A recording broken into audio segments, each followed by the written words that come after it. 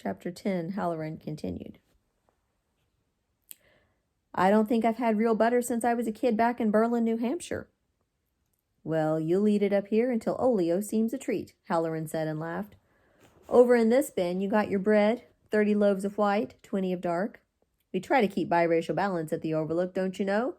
Now, I know 50 loaves won't take you through, but there's plenty of makin's, and fresh is better than frozen any day of the week. Down here you got your fish. Brain food, right, Doc? Is it, Mom? If Mr. Hallorann says so, honey, she smiled. Danny wrinkled his nose. I don't like fish. You're dead wrong, Hallorann said. You just never had any fish that liked you.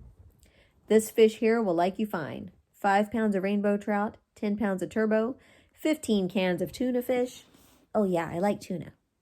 And 5 pounds of the sweetest tasting sole that ever swam in the sea. My boy, when next spring rolls around, you're going to thank old... He snapped his fingers as if he had forgotten something. What's my name now? I guess it just slipped my mind. Mr. Hallorann, Danny said, grinning. Dick to your friends. That's right. And you being a friend, you make it, Dick. As he led them into the far corner, Jack and Wendy exchanged a puzzled glance, both of them trying to remember if Hallorann had told them his first name. And this here I put in special, Hallorann said. Hope you folks enjoy it. Oh, really? You shouldn't have, Wendy said, touched. It was a 20-pound turkey wrapped in a wide scarlet ribbon with a bow on top. You got to have your turkey on Thanksgiving, Wendy, Hallorann said gravely. I believe there's a cap on back here somewhere for Christmas. Doubtless you'll stumble on it. Let's come on out of here now before we all catch the pneumonia. Right, Doc? Right.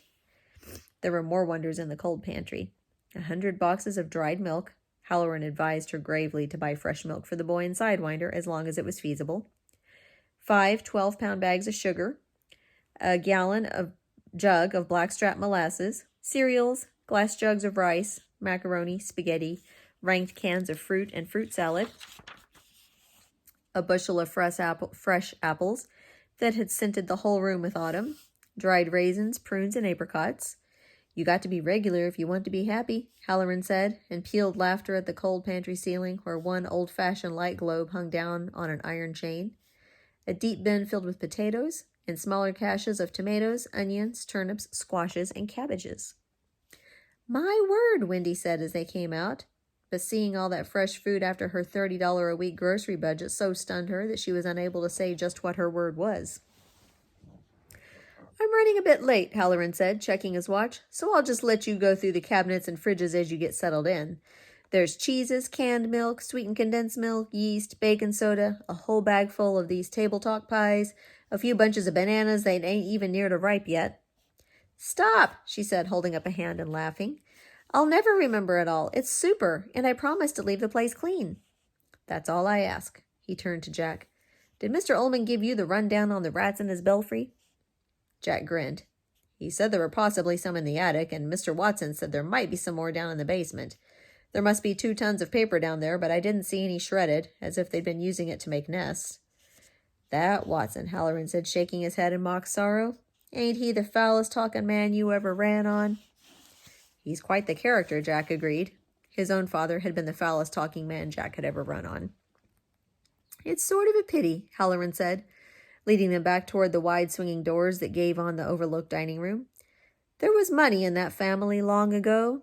It was Watson's granddad or great-granddad, I can't remember which, that built this place.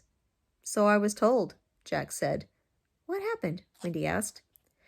Well, they couldn't make it go, Hallorann said. Watson will tell you the whole story, twice a day if you let him. The old man got a bee in his bonnet about the place. He let it drag him down, I guess. He had 2 boys, and one of them was killed in a riding accident on the grounds while the hotel was still a building. That would have been 1908 or 9. The old man's wife died of the flu, and then it was just the old man and his youngest son. They ended up took on as caretakers in the same hotel the old man had built. It's sort of a pity, Wendy said. What happened to him, the old man? Jack asked. He plugged his finger into a light socket by mistake, and that was the end of him, Hallorann said.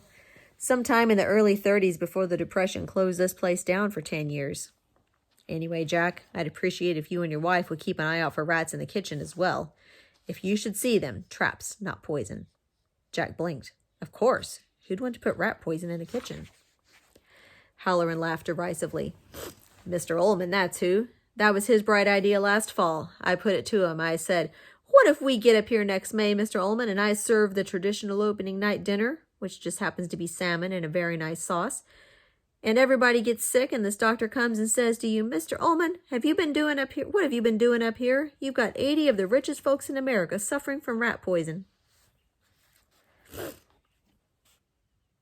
Where am I? Jack threw his head back and bellowed laughter. What did Ullman say?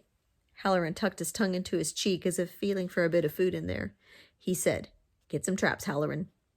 This time they all laughed, even Danny, although he was not completely sure what the joke was, except it had something to do with Mr. Ullman, who didn't know everything after all. The four of them passed through the dining room, empty and silent now, with its fabulous western exposure on the sun-dusted peaks. Each of the white linen tablecloths had been covered with a sheet of tough, clear plastic. The rug, now rolled up for the season, stood in one corner like a sentinel on guard duty. Across the wide room was a double set of bat-wing doors, and over them an old-fashioned sign lettered in gilt script, the Colorado Lounge. Following his gaze, Hallorann said, if you're a drinking man, I hope you brought your own supplies. That place is picked clean. Employees' party last night, you know. Every maid and bellhop in the place is going around with a headache today, me included. I don't drink, Jack said shortly. They went back to the lobby. It had cleared greatly during the half hour they'd spent in the kitchen. The long main room was beginning to take on the quiet, deserted look that Jack supposed they would become familiar with soon enough. The high-backed chairs were empty. The nuns who had been sitting by the fire were gone, and the fire itself was down to a bed of comfortably glowing coals. Wendy glanced out into the parking lot and saw that all but a dozen cars had disappeared. She found herself wishing they could get back in the VW and go back to Boulder, or anywhere else. Jack was looking around for Ullman, but he wasn't in the lobby. A young maid with her ash-blonde hair pinned up on her neck came over. Your luggage is out on the porch, Dick. Thank you, Sally. He gave her a peck on the forehead. You have yourself a good winter. Getting married, I hear. He turned to the Torrances as she strolled away, backside twitching pertly. I've got to hurry along if I'm going to make that plane. I want to wish you all the best. Know you'll have it. Thanks, Jack said. You've been very kind. I'll take good care of your kitchen, Wendy promised again. Enjoy Florida. I always do, Hallorann said. He put his hands on his knees and bent down to Daddy. Last chance, Guy. Want to come to Florida? I guess not, Danny said, smiling. Okay. Like to give me a hand out to my car with my bags? If my mommy says I can. You can, Wendy said, but you'll have to have that jacket buttoned. She leaned forward to do it, but Hallorann was ahead of her, his large brown fingers moving with smooth dexterity. I'll send him right back in, Hallorann said. Fine, said Wendy, and followed them to the door. Jack was still looking around for Ullman. The last of the Overlook's guests were checking out at the front desk.